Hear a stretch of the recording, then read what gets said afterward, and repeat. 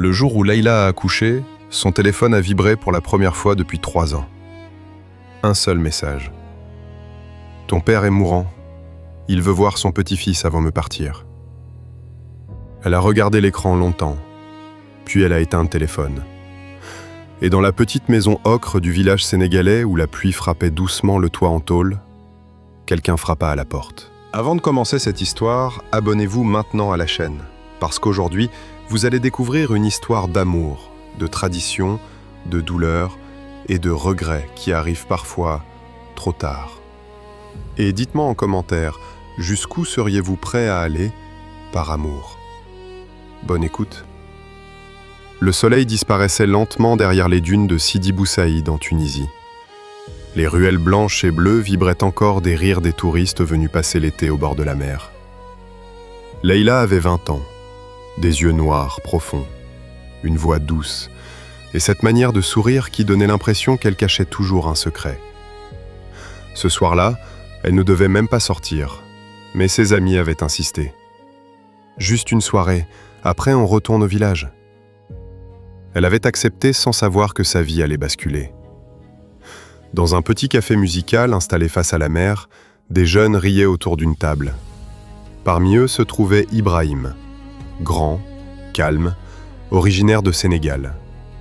Il voyageait avec 2 amis après son année études.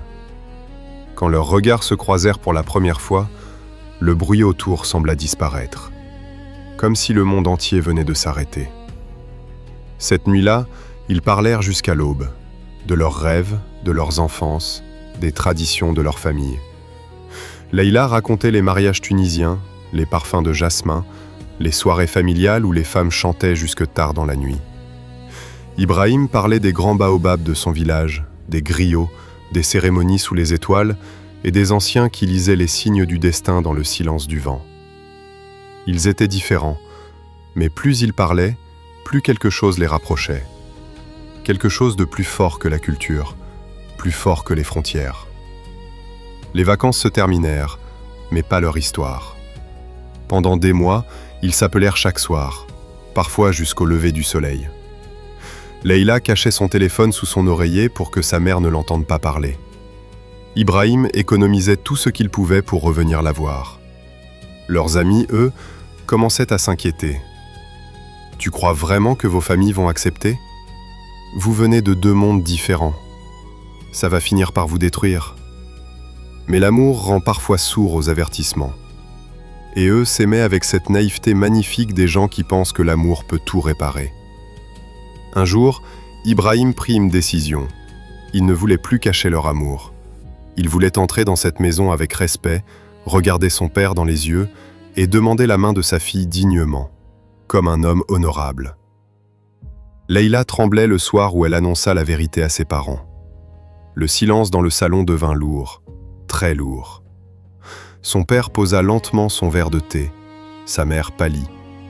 Puis son père demanda d'une voix froide : « Il est sénégalais ?» Leïla hocha la tête.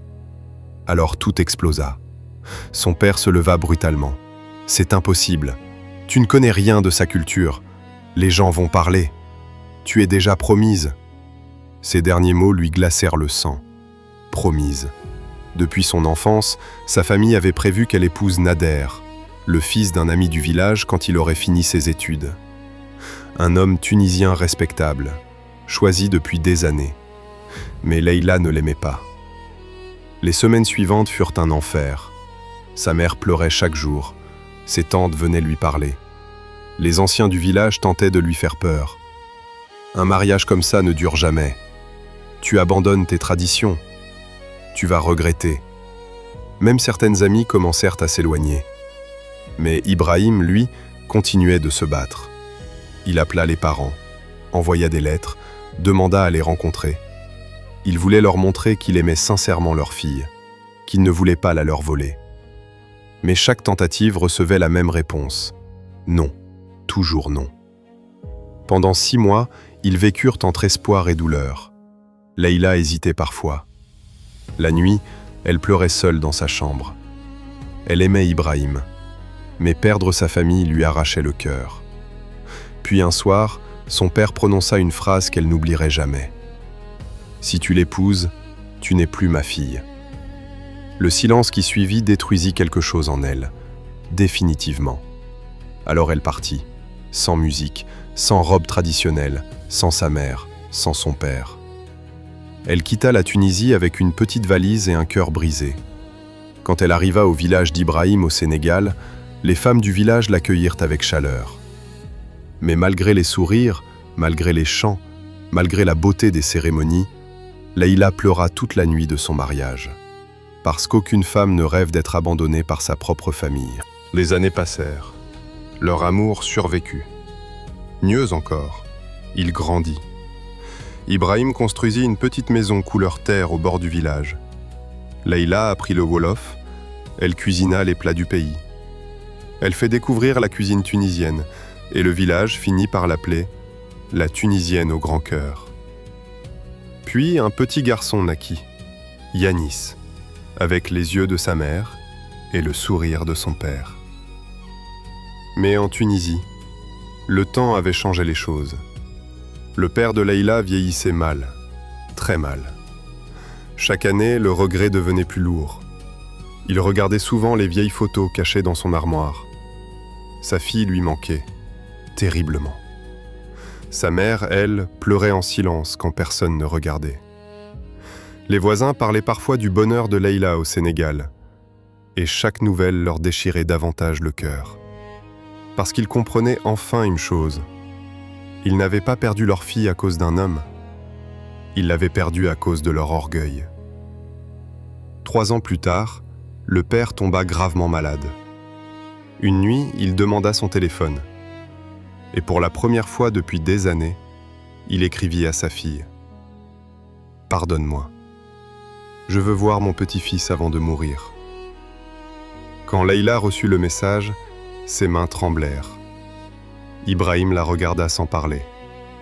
Il savait qu'une tempête venait de renaître dans son cœur. Pendant plusieurs jours, elle resta silencieuse. Puis un matin, sa mère appela, en pleurs. « Ton père regrette tout. Il parle de toi chaque jour. » Mais quelque chose s'était fermé en Leïla. Quelque chose que les années n'avaient jamais réparé.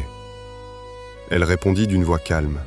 « Quand j'avais besoin de mes parents, ils ont choisi les traditions plutôt que leur fille. » Sa mère éclata en sanglots. Mais Leïla continua. « Aujourd'hui, j'ai construit ma famille seule. Et les blessures ne disparaissent pas parce qu'on regrette trop tard. » Puis elle raccrocha. Quelques semaines plus tard, un vieil homme arriva discrètement au village sénégalais. Fatigué, amaigri. Le père de Leïla. Il avait traversé des milliers de kilomètres pour voir sa fille. Quand Leïla le vit devant sa porte, elle resta figée. Le silence était si lourd qu'on entendait seulement le vent dans les arbres. Puis le petit Yanis sortit de la maison en courant. Le vieil homme le regarda, et ses yeux se remplirent de larmes. Parce qu'il comprit immédiatement qu'il avait sacrifié des années d'amour pour des préjugés. Cette nuit-là, personne ne dormit. Le père pleura, la mère de Yanis pleura. Même Ibrahim resta silencieux jusqu'à l'aube. Et avant le lever du soleil, le vieux père murmura enfin. Le vrai déshonneur, ce n'était pas ton mariage. C'était mon cœur fermé. Certaines traditions protègent les familles. Mais lorsque les traditions étouffent l'amour sincère, elles finissent parfois par détruire ce qu'elles voulaient préserver. Car il existe une douleur plus forte que le rejet. Le regret d'avoir aimé trop tard. Certaines blessures guérissent, mais certains regrets restent toute une vie. Et vous, pensez-vous que Leïla a eu raison de refuser de pardonner sa famille ? Dites-moi votre avis en commentaire. Et si vous aimez les histoires profondes, les histoires qui touchent le cœur, abonnez-vous maintenant à la chaîne, parce qu'ici, chaque histoire laisse une trace.